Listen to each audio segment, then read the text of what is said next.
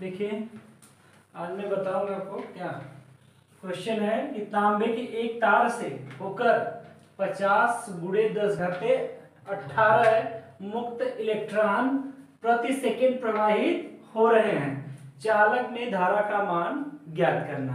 ठीक है ना।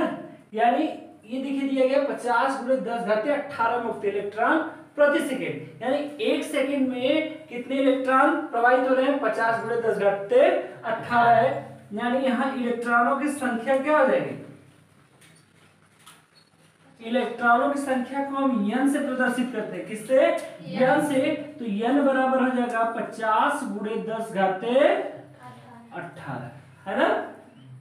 ठीक है। और क्या दिया गया है यहाँ E बराबर कितना 1.6 × 10⁻19 कूलाम। मतलब ये एक इलेक्ट्रॉन पर क्या है, आवेश है। क्या है?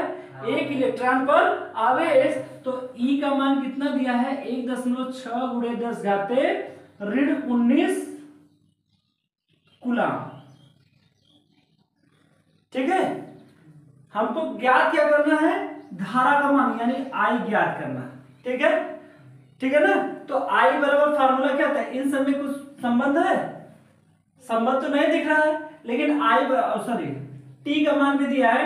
T का मान कितना, 1 सेकेंड प्रति सेकेंड, मतलब 1 सेकेंड। तो T आपका कितना हो जाएगा 1 सेकेंड। तो I बराबर होता है Q/T, यानी Q मतलब कुल आवेश, Q मतलब कुल आवेश बट्टे T मतलब समय। ठीक है। तो क्या हो जाएगा आपका I बराबर, अब यहां कुल आवेश क्या होगा, कुल आवेश देखिए कैसे होगा, यहाँ एक इलेक्ट्रॉन पर आवेश है और गुणे ये जो है पूरे इलेक्ट्रॉन है ना, पूरे इलेक्ट्रॉन पर कितना आवेश होगा, यही मिला के क्या हो जाएगा आपका कुल आवेश। यानी Q बराबर हम लिख सकते हैं NE बट्टे क्या आपका ऑलरेडी रहेगा T। क्यों यहाँ आप लिख सकते, चूंकि Q यानी कुल आवेश बराबर इलेक्ट्रॉनों की कुल संख्या गुणे एक इलेक्ट्रॉन पर आवेश। ये समझ में आया।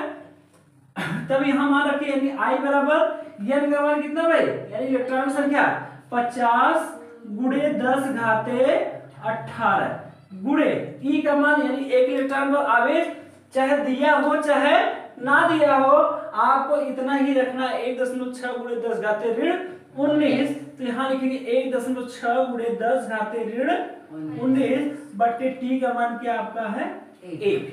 ठीक है ना। आप गुणा करिए, यहाँ I 50 में 1.6 का गुणा करेंगे तो 80.0 आ जाएगा गुणे, अब यहाँ देखिए 10⁻18 और यहाँ 10⁻19, अगर इसको हम घटा देते हैं 18⁻19 तो कितना हो जाता है 80 × 10⁻1 हो जाएगा। कितना हो जाएगा 10⁻1। चूंकि इसकी घात क्या है माइनस में, तो इसकी घात को हम प्लस में बनाने के लिए क्या करेंगे, 1 के बट्टे के रूप में लेंगे, यानी 1/10। ये क्या हो जाएगा आपका 0 0 से क्रॉस हो जाएगा, यानी I बराबर कितना होगा 8 एम्पीयर। ठीक है ना। यानी इस 1 सेकेंड में 50 × 10⁻18 इलेक्ट्रॉन क्या हो रहे प्रवाहित हो रहा है। तो चालक में कुल धारा कितनी बहेगी 8 एम्पीयर। ओके।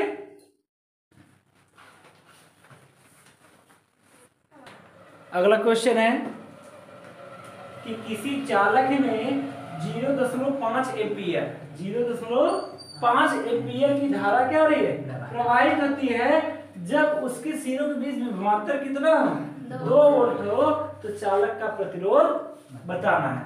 तो इसमें दिया क्या क्या है, क्या दिया है भाई, धारा दिया है। धारा को हम I से प्रदर्शित करते हैं।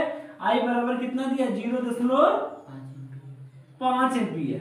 ठीक है। और विभवांतर दिया है, विभवांतर V बराबर कितना दिया है 2 वोल्ट। और क्या ज्ञात करना है, प्रतिरोध R है ना। तो इन तीनों में संबंध क्या होता है, हाँ R बराबर यानी प्रतिरोध बराबर वोल्ट, यानी विभवांतर बट्टे धारा, विभवांतर बट्टे धारा, यानी V/I। तो इसमें मान रख दीजिए, V का मान कितना है 0.5 बट्टे I का मान 2, V का मान 2 है और I का मान कितना 0.5।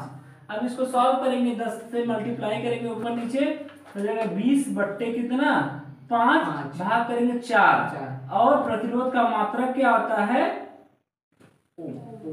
ठीक है। यानी जब किसी चालक में 0.5 एम्पीयर की धारा प्रवाहित होती है और उनके बीच विभवांतर कितना है 2 वोल्ट का है, तब प्रतिरोध कितना होगा आपका 4, ठीक है।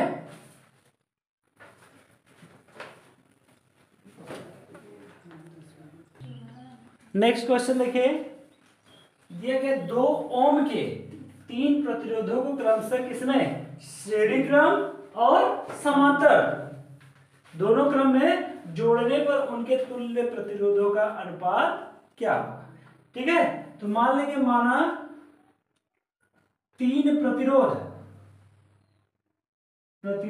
कौन कौन R1 बराबर R2 बराबर R3, तीनों प्रतिरोध कितने ओम के हैं 2 ओम के, 2 ओम के है ना, ये मतलब 2 ओम के 3 प्रतिरोध। तो हमारे तीनों प्रतिरोध कौन है R1 R2 R3 और बराबर कितना जाएगा 2, ठीक है ना, समझ में।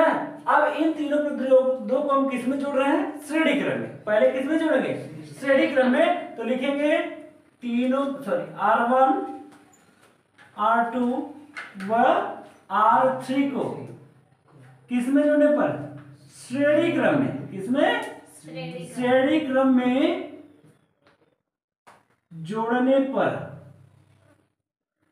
तुल्य प्रतिरोध हम मान लेते हैं कैपिटल R, क्या तो क्या होता है श्रेणी क्रम में तीनों प्रतिरोध आपस में क्या होते हैं जुड़ जाते हैं, यानी R1 plus R2 plus R3 है ना, ठीक है। श्रेणी क्रम में जोड़ने पर तुल्य प्रतिरोध R1 plus R2 plus R3 और तीनों का मान कितना है 2, यानी लिख सकते हैं R बराबर 2 धन 2 धन 2, R बराबर कितना हो जाएगा 6, किसमें 6, ठीक है ना।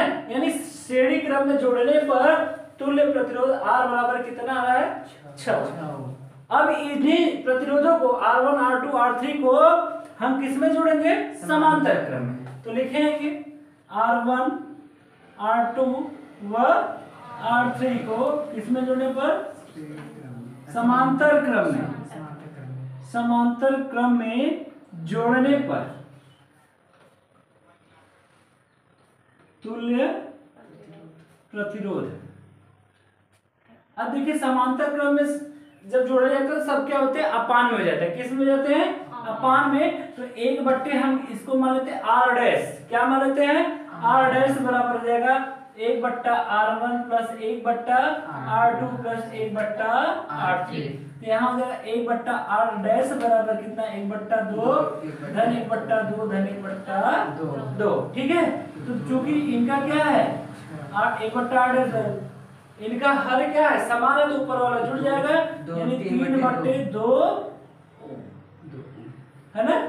दोनों क्रम में जोड़ने पर हमको क्या मिल गया तुल्य प्रतिरोध मिल गया, लेकिन पूछा क्या है कि इनका अनुपात क्या होगा, तब लिखेंगे हम अनुपात